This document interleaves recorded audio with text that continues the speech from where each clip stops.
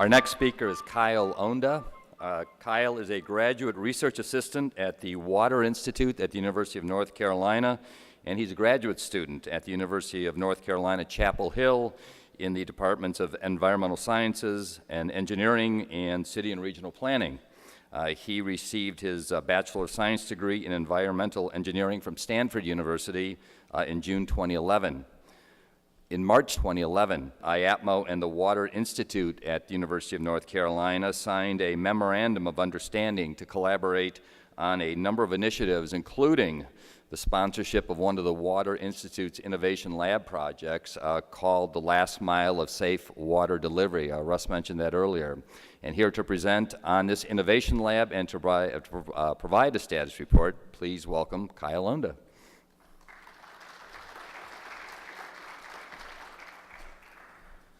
Thanks for that introduction. So the work I'll be presenting here is the first phase of that last mile project. And this particular work was recently published in the International Journal of Environmental Research and Public Health.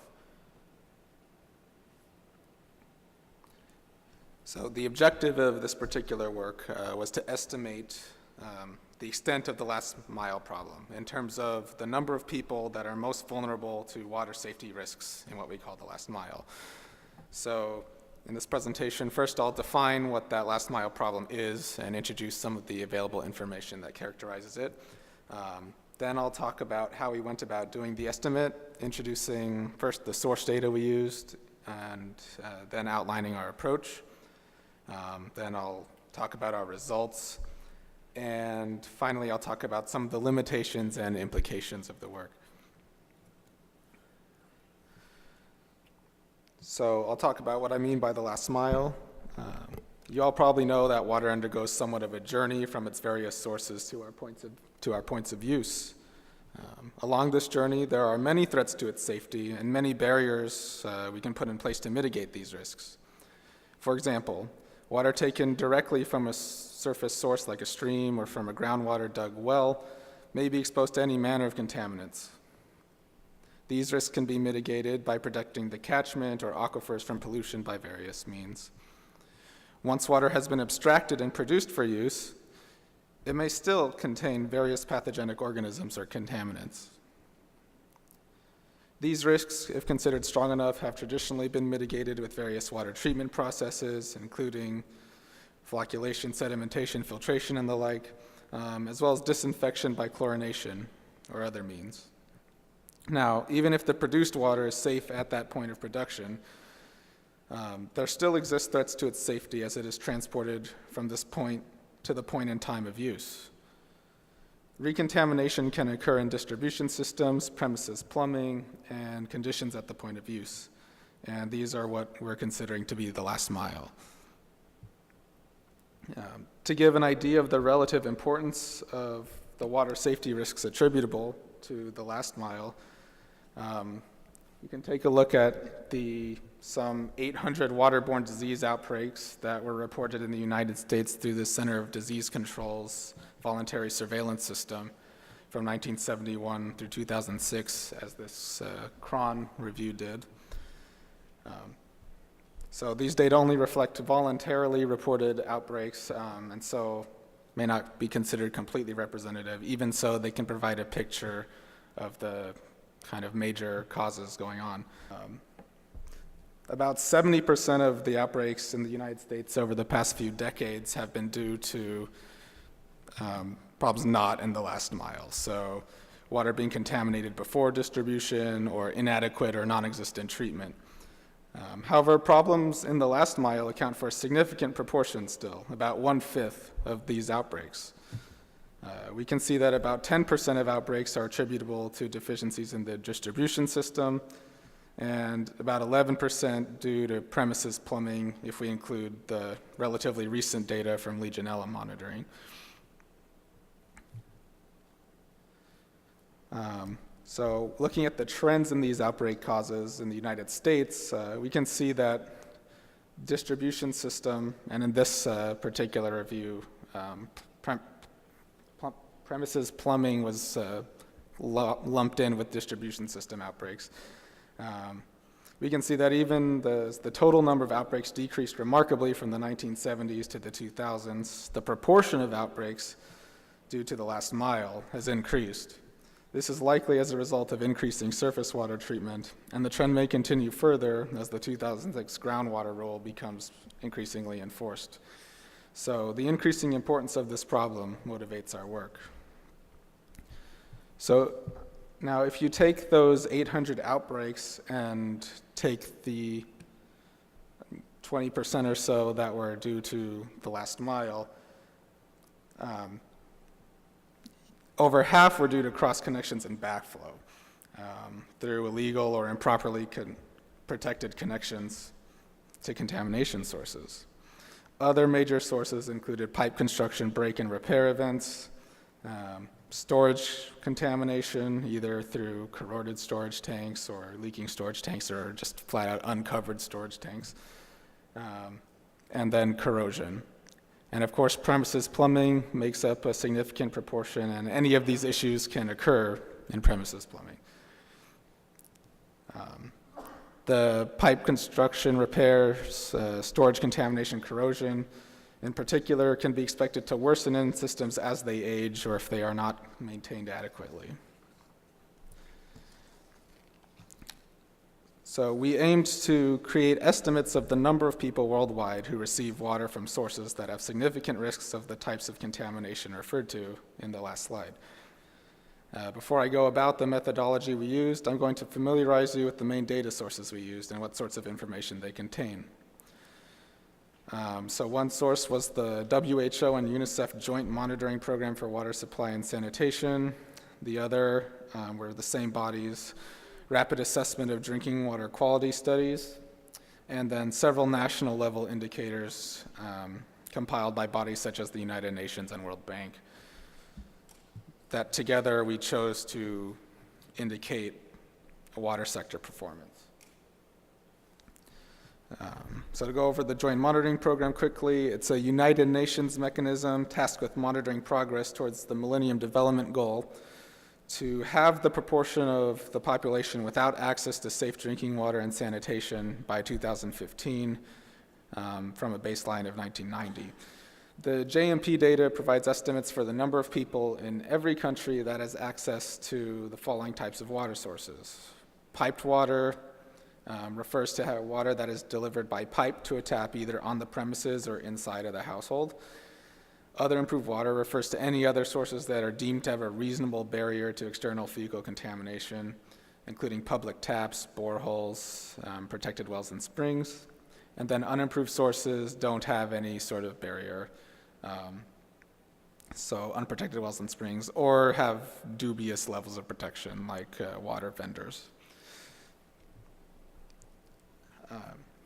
So while these data are meant to measure people's access to safe water, they do not in fact account for the safety of the water that comes from these sources. Water from piped and other improved sources may in fact be contaminated due to a lack of treatment, for instance. So this shortcoming of the JMP data is beginning to be addressed in the WHO UNICEF Rapid Assessment of Drinking Water Quality Studies, or Radek. The Radek studies were meant to improve estimates of access to safe water by measuring water quality across a nationally representative sample in these 5 countries.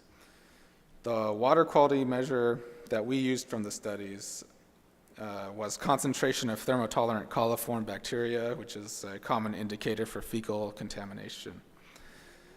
In recognition that a one-off sample does not necessarily capture the actual safety of a water supply, given the transient nature of many contamination events, sanitary risk surveys were also conducted in order to account for factors that could lead to a contamination event over a longer period of time. These sanitary risks in particular are highly relevant to our conceptualization of the last mile problem. I'll show you an example of the risks covered in these Radek studies in a moment.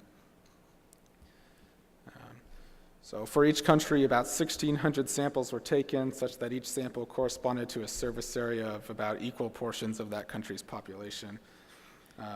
The samples were stratified by the major technologies in the country. For instance, in Jordan, the vast majority of the population has access to piped water, so only that technology was assessed. In Ethiopia, protected dug wells and boreholes were assessed as well, and we aggregated all non-piped sources into the other improved category. No unimproved sources were tested as part of this project. Each source was also subjected to a sanitary inspection, wherein major sanitary risks from a standardized list of 10 country and technology-specific problems were marked if present. So, again, we aggregated the different source data into the two major technology categories, piped and other improved. As for sanitary risks, we took the subset of water sources that were not contaminated and found the percentage of this group that had greater than 2 sanitary risks. The reason we picked 2 is because the Radek projects aggregated this data in groups of 2 sanitary risks. And so while we consider any one sanitary risk to be significant, we had to classify the lowest available category of less than 2 as safe. So there was some variability among the countries as to the contamination rates, with Jordan having an almost completely uncontaminated water supply, and then varying rates of contamination in the other countries. It is also clear that piped water supplies are generally less likely to be contaminated at any one point over other types of water sources. If we look at the sanitary risks, it is clear that even sources that tested safe were uncontaminated with fecal contamination, for the most part still face significant sanitary risks, corroborating the trend in the United States of the last mile related contamination events becoming more important as water treatment has become more extensive. So here's an example of the sanitary risk data, in this case coming from piped water systems in Tajikistan. These lists were different depending on the particular water technology type and country. In any case, we can see that most of these risks are associated with the major distribution deficiencies I showed earlier. For instance, in this case, a major risk factor observed in over half the sources was service discontinuity, which is certainly associated with pressure fluctuations and consequent backflow events. There are also 2 enumerated risks associated with storage conditions, and several associated with possible pipe breaks and leaks, including exposed mains, actual pipe breaks reported, and water collecting around sampling points. So I hope I've shown that the Radek studies represent a rich data set that provide estimates of country populations receiving both contaminated water and water for which the main safety concern appears to be post-production or due to the last mile. We also used these country-level indicators, which were available for about 150 countries, accounting for 92% of the global population. Since the Radek data was limited to a small sample of countries, to arrive at global estimates, we decided to extrapolate these data based on correlations between the water quality assessments from Radek with general country characteristics chosen to be associated with countries' water safety in general. So, for instance, per capita GDP might generally correlate with resources available to build and maintain safe water infrastructure.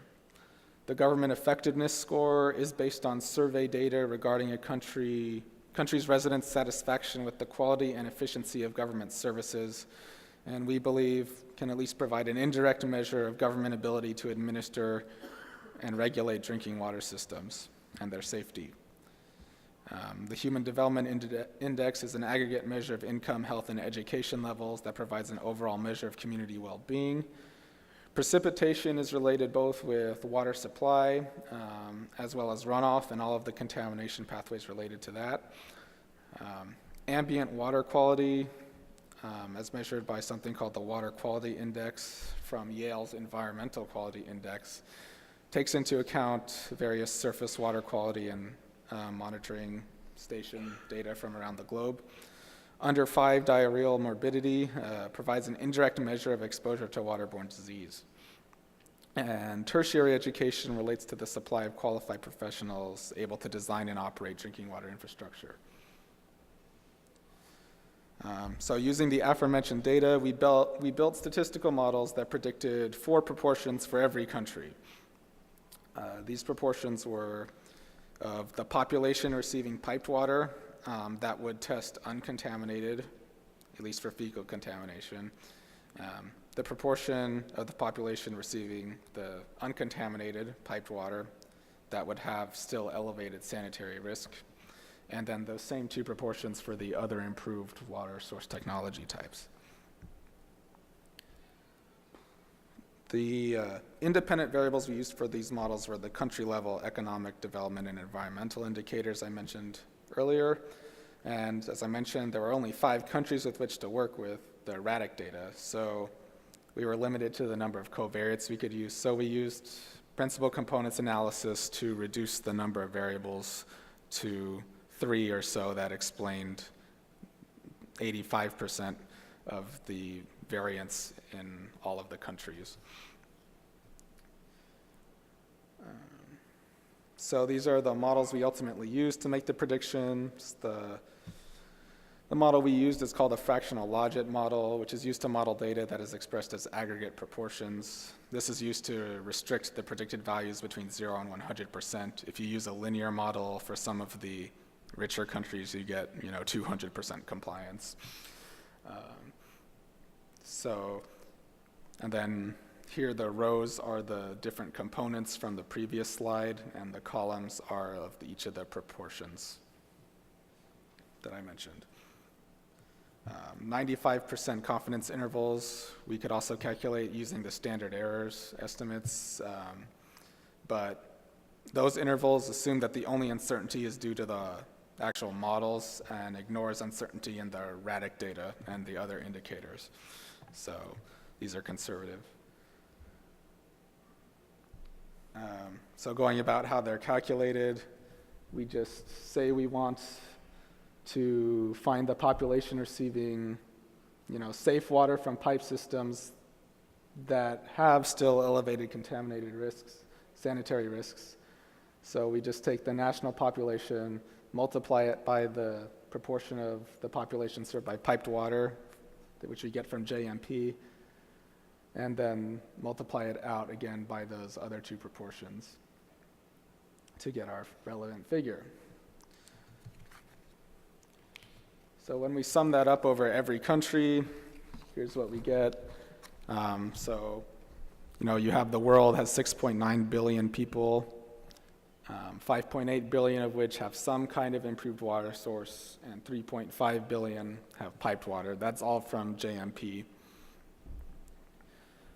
Then we have, so if we looked at the piped water, we're predicting that about 110 million people are receiving water from pipe sources that would test fecally contaminated for a one-off sample.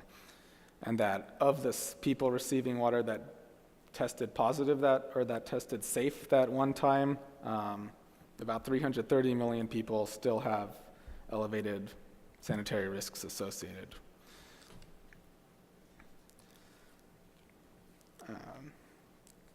So there are several limitations to this study, and here are some of the main ones.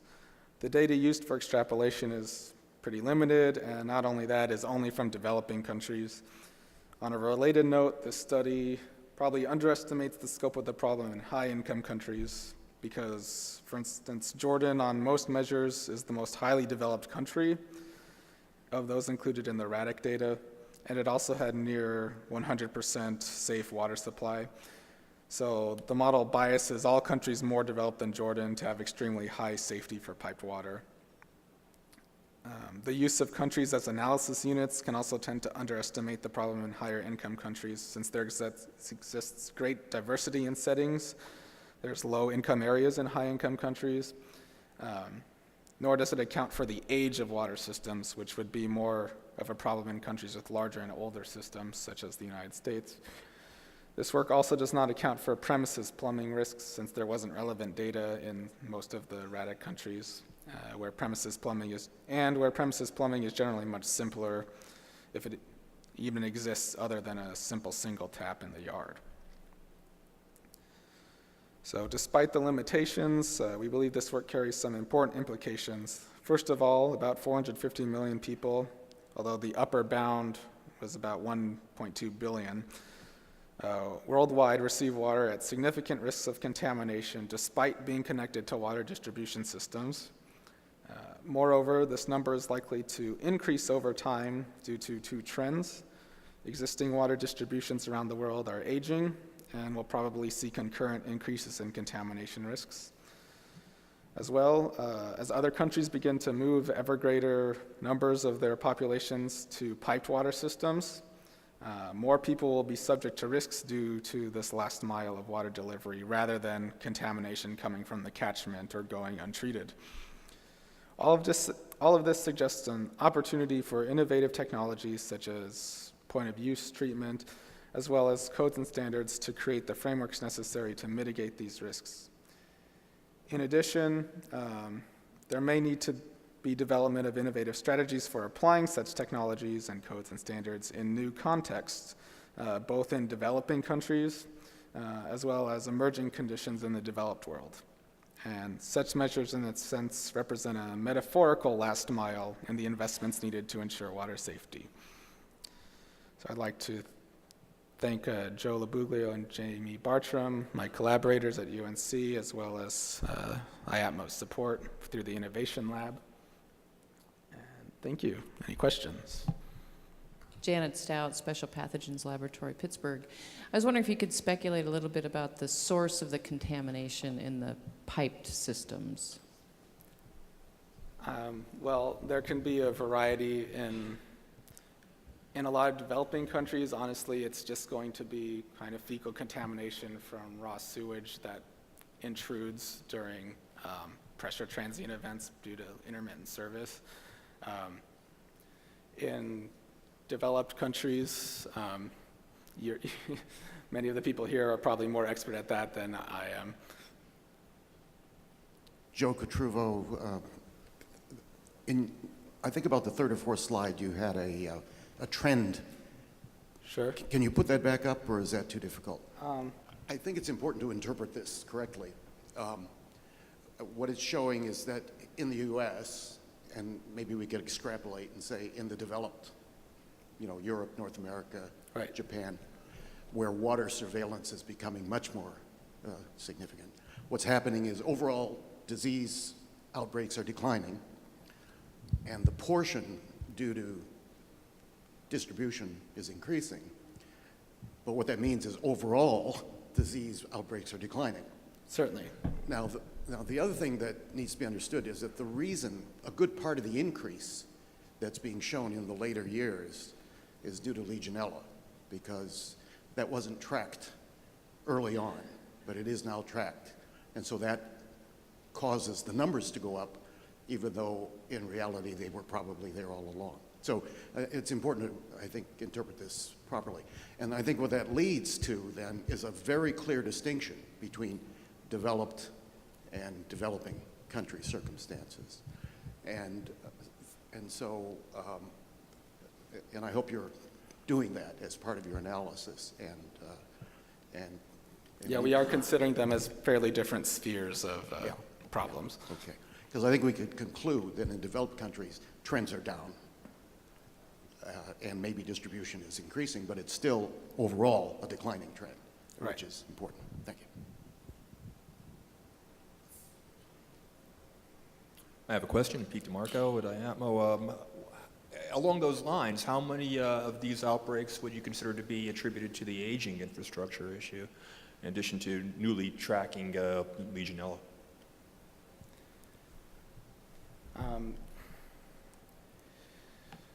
So from what I remember from those reviews is Legionella, as it was in the years that it's becoming more tracked, accounted for about 20% of new outbreaks each year.